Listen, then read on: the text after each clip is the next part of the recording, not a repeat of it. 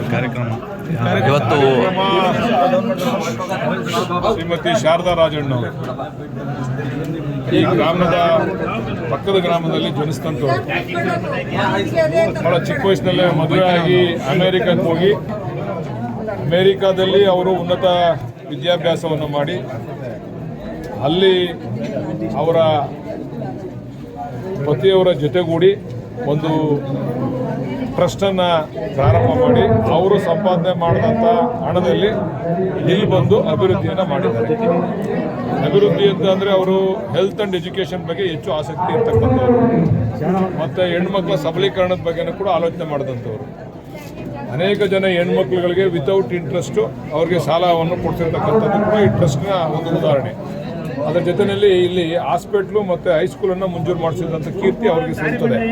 ಅವ್ರಿಗೆ ಸ್ಪಂದಿಸಿದಂಥವರು ಸನ್ಮಾನ್ಯ ರೇವಣ್ಣವರು, H M ರೇವಣ್ಣವರು, ಮಾಜಿ ಮಂತ್ರಿಗಳು. ಅವರ ಕಾಲದಲ್ಲಿ ಅವ್ರ ಮಂತ್ರಿ ಆಗಿದ್ದಂಥ ಸಂದರ್ಭದಲ್ಲಿ ಇದು ಪ್ರಾರಂಭ ಆಗಿರ್ತಕ್ಕಂಥದ್ದು.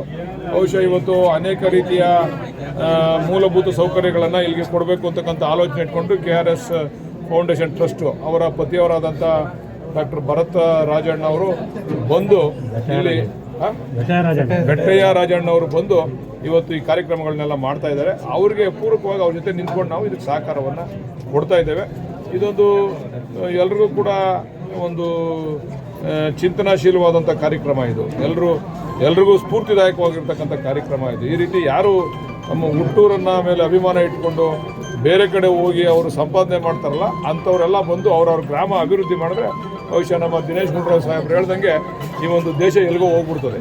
ಇರ್ತಕ್ಕಂಥವರು ಬಂದು ಅವರು ಸಂಪಾದನೆ ಮಾಡಿದಂಥ ಹಣದಲ್ಲಿ ತನ್ನ ಹುಟ್ಟೂರಿಗೆ ಸಹಕಾರವನ್ನು ಕೊಟ್ಟರೆ ಬಹುಶಃ ಈ ದೇಶ ಅಭಿವೃದ್ಧಿ ಆಗ್ತದೆ ಅಂತಕ್ಕಂಥದ್ದನ್ನು ನಮ್ಮ ಮಾನ್ಯ ಆರೋಗ್ಯ ಸಚಿವರು ಕೂಡ ಬಂದಿದ್ದರು ಇಲ್ಲಿಗೆ. ನಮ್ಮ ಕರೆಗೆ ಹೋಗೊಟ್ಟು ಇದರ ಒಂದು ಉದ್ಘಾಟನೆಯನ್ನು ಮಾಡಲಿಕ್ಕೆ ಬಂದಿದ್ದರು.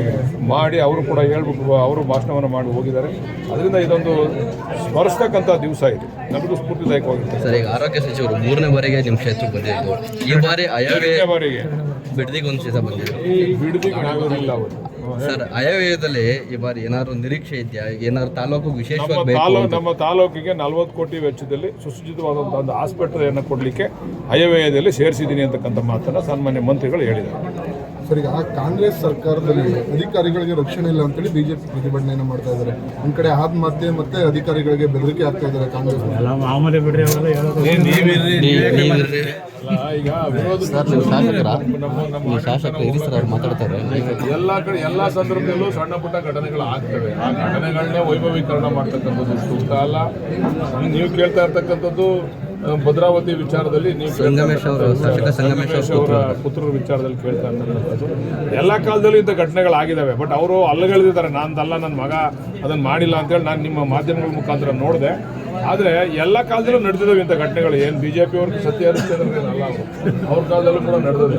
ಇದನ್ನೇ ಘಟನೆ ಇಟ್ಕೊಂಡ್ಬಿಟ್ಟು ಏನು ಅಧಿಕಾರಿಗಳ ಮೇಲೆ ದೌರ್ಜನ್ಯ ಅಂತ ಹೇಳ್ತಕ್ಕಂಥದ್ದು ಎಷ್ಟು ಸೂಕ್ತ ಅಂತೇಳಿ BJP ಅವರೇ ಆಲೋಚನೆ ಮಾಡ್ತಾರೆ. ಸರ್, ಈಗ ಕಾನೂನು ಸುವ್ಯವಸ್ಥೆ ಬಗ್ಗೆ BJP ಪ್ರಶ್ನೆ ಮಾಡ್ತಾರೆ. ಯಾಕಂದರೆ ಮೈಸೂರಿನ ಉದಯಗಿರಿಯಲ್ಲಿ ನಡೆದಿರುವಂಥ ಒಂದು ಘಟನೆಯನ್ನು ಇಟ್ಕೊಂಡು ರಾಜಣ್ಣವ್ರು ಹೇಳಿದರೆ ಪೊಲೀಸ್ನವ್ರದ್ದೇ ತಪ್ಪು ಅದರಲ್ಲಿ ಅನ್ನೋ ಮಾತನ್ನು ಈ RSS ಕಾರ್ಯಕರ್ತನ ತಗೊಂಬಂದು ಅಲ್ಪಸಂಖ್ಯಾತರಿರ್ತಕ್ಕಂಥ ಜಾಗದಲ್ಲಿ ಇಡಬಾರ್ದಾಗಿತ್ತು ಅಂತಕ್ಕಂಥ ವಿಚಾರ ಇಟ್ಕೊಂಡು ರಾಜಣ್ಣವ್ರು ಹೇಳಿರ್ತಕ್ಕಂಥದ್ದು ಹೇಳಿಕೆ ಸರಿಯಾಗಿ ಇದೆ. ಯಾರ್ಯಾರನ್ನ ಯಾವ್ಯಾವ ಸಂದರ್ಭದಲ್ಲಿ ಎಲ್ಲೆಲ್ಲಿ ಇಡಬೇಕು ಅಂತಕ್ಕಂಥ ಆಲೋಚನೆ ಪೊಲೀಸ್ನವ್ರಿಗೆ ಇರಬೇಕು, ಬುದ್ಧಿವಂತಿಕೆ ಕೂಡ ಪೊಲೀಸ್ನವ್ರಿಗೆ ಇರಬೇಕು. ಇದರಿಂದ ಸಣ್ಣ ಪುಟ್ಟ ಘಟನೆಗಳಾಗ್ತವೆ. ಅದನ್ನು ಸರಿಪಡಿಸ್ತಕ್ಕಂಥ ಶಕ್ತಿ ಕಾಂಗ್ರೆಸ್ ಪಕ್ಷಕ್ಕಿದೆ, ನಮ್ಮ ಮುಖ್ಯಮಂತ್ರಿಗಳಿಗೆ, ಗೃಹ ಮಂತ್ರಿಗಳಿಗಿದೆ. ಅದನ್ನು ಮಾಡ್ತಾರೆ. ಕಾಂಗ್ರೆಸ್ ಸರ್ಕಾರದ ಅವಧಿಯಲ್ಲಿ ಪೊಲೀಸ್ ಸ್ಟೇಷನ್ಗೆ ರಕ್ಷಣೆ ಕೊಡುವಂಥ ಸಂದರ್ಭ ಬಂದಿದೆ. ವಿರೋಧಿಗಳು ಅದನ್ನು ಹೇಳಲೇಬೇಕಲ್ಲ, ಇನ್ನೇನು ಅವ್ರನ್ನ ಹೋಗ್ಲಿಕ್ಕಾಯ್ತದ? ಅದನ್ನು ಹೇಳಿದ್ದಾರೆ. ಅವ್ರು ಹೇಳ್ಕೊಂಡು ಹೋಗಲಿ. ಆದರೂ ಕೂಡ ಏನು ಆ ರೀತಿ ಅವರು ಹೇಳಿದಂಥ ರೀತಿಯಲ್ಲಿ ಯಾವುದೇ ದುರುಪಯೋಗ ಆಗಲಿ ಅಥವಾ ಯಾವುದೇ ಆಡಳಿತದಿಂದ ಕುಸಿತ ಆಗ್ತಕ್ಕಂಥದ್ದಾಗಲಿ ಯಾವುದೂ ಏನಿಲ್ಲ. ಸಣ್ಣ ಪುಟ್ಟ ಘಟನೆಗಳು ನಮಗೆ ಗಮನಕ್ಕೆ ಬರದಂಥ ರೀತಿಯಲ್ಲಿ, ಸರ್ಕಾರಕ್ಕೆ ಗಮನಕ್ಕೆ ಬರದಂಥ ರೀತಿಯಲ್ಲಿ ಆಗ್ತವೆ.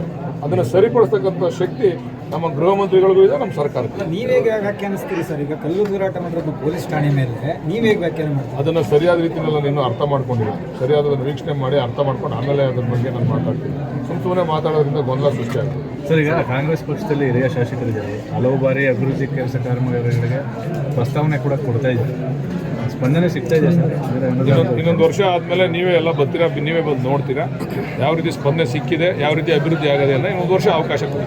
ಸರ್, ಇನ್ನೂ ಕೂಡ ಕಾಂಗ್ರೆಸ್ ಪಕ್ಷದಲ್ಲಿ ಅಸಮಾಧಾನ ಮುಂದುವರೆದಿದೆ ಅಂತ ಕಡೆಯಿಂದ ಸಚಿವರೆಲ್ಲ ಕೂಡ ದೆಹಲಿಯಲ್ಲಿ ಜಾರಕಿಹೊಳಿ ಅವರು, ರಾಜಣ್ಣ ಅವರು ಡೆಲ್ಲಿಯಲ್ಲಿ ಪಕ್ಷದ ಸಮಾಧಾನ ಇದೆಯಾ? ವಿರೋಧ ಪಕ್ಷ ಸಮಾಧಾನವಾಗಿದ್ದಾರ? ಎಲ್ಲ ನೋಡ್ರಿ, ಎಲ್ಲ ಪಕ್ಷದಲ್ಲೂ ಕೂಡ ಸಮಾಧಾನ ಅಸಮಾಧಾನ ಇದ್ದಂಥದ್ದೇ. ಅದ್ರ ಕಾಂಗ್ರೆಸ್ ಏನು ಹೊರತಾಗಿಲ್ಲ, ಸಣ್ಣ ಪುಟ್ಟ ವ್ಯತ್ಯಾಸಗಳು ಇರ್ತವೆ. ಅದನ್ನು ಸರಿಪಡಿಸ್ಕೊಂಡು ಹೋಗ್ಲಿಕ್ಕೆ ಶಕ್ತಿಯುತವಾದಂಥ ಹೈಕಮಾಂಡ್ ಇದೆ. ಯಾವ ಸಂದೇಶ ಕೊಡುತ್ತೆ ಸರ್? ಪದೇ ಪದೇ ಸಭೆಗಳನ್ನ ಮಾಡುವಂಥದ್ದು, ಅಧ್ಯಕ್ಷ ಬದಲಾವಣೆ ಮಾಡಬೇಕು. ಯಾರು ಹೇಳಿದ ಅಧ್ಯಕ್ಷ ಬದಲಾವಣೆ ಮಾಡಬೇಕು? ಕೂಡ ದೆಹಲಿಯಲ್ಲಿ ನೀವು ಮಾಧ್ಯಮದವ್ರು ಹೇಳ್ತಾ ಇರೋದು. ಮಾಧ್ಯಮದವ್ರ ಮುಂದೆ ಅವ್ರು ಬಂದು ಸತೀಶ್ ಜಾರಕಿಹೊಳಿ ಹೇಳಿದ್ರಾ? ಮಾಧ್ಯಮದವ್ರ ಮುಂದೆ ಅವ್ರು ಪ್ರಶ್ನೆ ಮಾಡಿ ಹೇಳಿದಾರ ಈ ಮಾತನ್ನ? ಮಲ್ಲಿಕಾರ್ಜುನ್ ಖರ್ಗೆ ದಯಮಾಡಿ ಕ್ಷಮಿಸಬೇಕು. ನಾನು ಕೇಳ್ತಾ ಇರ್ತಕ್ಕಂಥದ್ದು ಸತೀಶ್ ಜಾರಕಿಹೊಳಿ ಅವ್ರು ಏನಾದ್ರು ಅಧ್ಯಕ್ಷರು ಬದಲಾವಣೆ ಆಗ್ಬೇಕು ಅಂತ ಎಲ್ಲರೂ ಪ್ರಸ್ತಾಪ ಮಾಡಿದಾರ? ಸೂಕ್ತ ಸಮಯ ಬಂದಾಗ ಬದಲಾವಣೆ ಆಗ್ತಾರೆ ಅಂತ ಹೇಳ್ತಾನೆ ಇರ್ತಾರೆ. ಸೂಕ್ತ ಸಮಯ ಬಂದಾಗ ಹಾಗೆ ಆಗ್ಬೇಕಲ್ವಾ? ಸೂಕ್ತ ಸಮಯ ಬಂದಾಗ ಆಯ್ತದೆ, ಈಗಲೇ ಆಗ್ಲೇಬೇಕು ಅಂತ ಹೇಳೋರ? ಸೂಕ್ತ ಸಮಯ ಬಂದಾಗ ಎಲ್ಲ ಬದಲಾವಣೆಗಳಾಗ್ತವೆ. ಬದಲಾವಣೆ ಜಗದ ನಿಯಮ, ಅದರಂತೆ ಬದಲಾವಣೆಗಳಾಗ್ತವೆ. ನಾಳೆನೇ ಆಗ್ಬೇಕು ಅಂತ ಏನು ಹೇಳಿಲ್ವಲ್ಲ? ನೀವು ಅದಕ್ಕೆ ಉಪಕಾರ ಸೌರಿ ಚೆನ್ನಾಗಿ ಅದನ್ನ ಜನಗಳಿಗೆ ಮುಟ್ಟಿಸ್ತೀರಾ. ಖರ್ಗೆ ಅವರು ಒಂದು ಹಿಂಟ್ ಕೊಟ್ಟಿದ್ದಾರೆ ಸರ್, ಬೇರೆ ಕಡೆ ಎಲ್ಲ ಬದಲಾವಣೆ ಮಾಡ್ಕೊಂಡು ಬಂದಿದ್ದಾರೆ ಈಗಾಗಲೇ ರಾಜ್ಯದಲ್ಲಿ, ಹಾಗೆ ಮುಂದುವರಿಯುತ್ತೆ ಅದು ಅಂತ. ಏನೋ ದೊಡ್ಡವರು ಹೈಕಮಾಂಡು ಅವರೇ ಈ ರಾಷ್ಟ್ರೀಯ ಅಧ್ಯಕ್ಷರು, ಅವ್ರು ಹೇಳ್ತಕ್ಕಂಥದ್ದೇ ಫೈನಲ್. ಅವ್ರು ಹೇಳಿದ್ರೆ ಅದು ಆಗ್ಬೋದು, ಅದು ಅವರೇ ಅದಕ್ಕೆ ಉತ್ತರ ಕೊಡಬೇಕೇ ವಿನ ನಮ್ಮಂಥವ್ರು ಉತ್ತರ ಕೊಡ್ಲಿಕ್ಕೆ ಸಾಧ್ಯ ಇಲ್ಲ. ಈ ಸಚಿವ ಸಂಪುಟ ಪುನರ್ರಚನೆ ಬಂತು ಸರ್. ನನ್ನ ಹೈಕಮಾಂಡ್ ನಾನು ಕೇಳಿದ್ರೆ ಎಲ್ಲಿ ಗೊತ್ತು? ಆಕಾಂಕ್ಷಿ ಹಿರಿಯ ಶಾಸಕರಿದ್ದಾರೆ ಆಕಾಂಕ್ಷಿ ಇದ್ದೀನಿ ಅಷ್ಟೇ. ಎಲ್ಲಿ ಗೊತ್ತು ಅಂದ್ರೆ ಎಲ್ಲಿ ಗೊತ್ತು ಅಂದ್ರೆ ಹೈಕಮಾಂಡ್ ಅವ್ರನ್ನ ಕೇಳ್ಬೇಕು, ನೀವು ಮುಖ್ಯಮಂತ್ರಿಗಳನ್ನ ಕೇಳ್ಬೇಕು, ಮತ್ತೆ ಹೈಕಮಾಂಡ್ನ ಕೇಳ್ಬೇಕು. ನಾನು ಕೇಳಿದ್ರೆ ಆ ಪ್ರಶ್ನೆ ನಾನೇ ಹೇಳ್ತಾರೆ. ಸೂಚನೆ ಸಿಕ್ಕಿದೆಯಾ ಅಂತ ಸರ್? ಏನ್ ಸೂಚನೆ, ಏನು ಅದೇನು ಕನ್ಸಿನಲ್ಲಿ ಬರ್ತದ? ಅದು ಬಹಳ ಸಂದರ್ಭದಲ್ಲಿ ಹೇಳ್ತಾರೆ. ಚರ್ಚೆಗಳಾಗ್ತಾ ಇರ್ತದೆ, ಬೆಳವಣಿಗೆಗಳ ಬಗ್ಗೆ ಚರ್ಚೆಗಳಾಗ್ತಾ ಇರ್ತದೆ, ಚರ್ಚೆಗಳಾಗ್ತಾ ಇದ್ದಾವೆ. ಆದರೆ ಸೂಕ್ತ ಸಂದರ್ಭದಲ್ಲಿ ಹೈಕಮಾಂಡು ಮತ್ತು ಮುಖ್ಯಮಂತ್ರಿಗಳು ಹಿರಿಯ ನಾಯಕರೆಲ್ಲ ಸೇರಿ ತೀರ್ಮಾನ ಮಾಡಿ. ಯಾವಾಗ ಆಗ್ಬೋದು ಸರ್ ನಿಮ್ಮ ಪ್ರಕಾರವಾಗಿ ಸಂಪುಟ ವಿಸ್ತರಣೆ?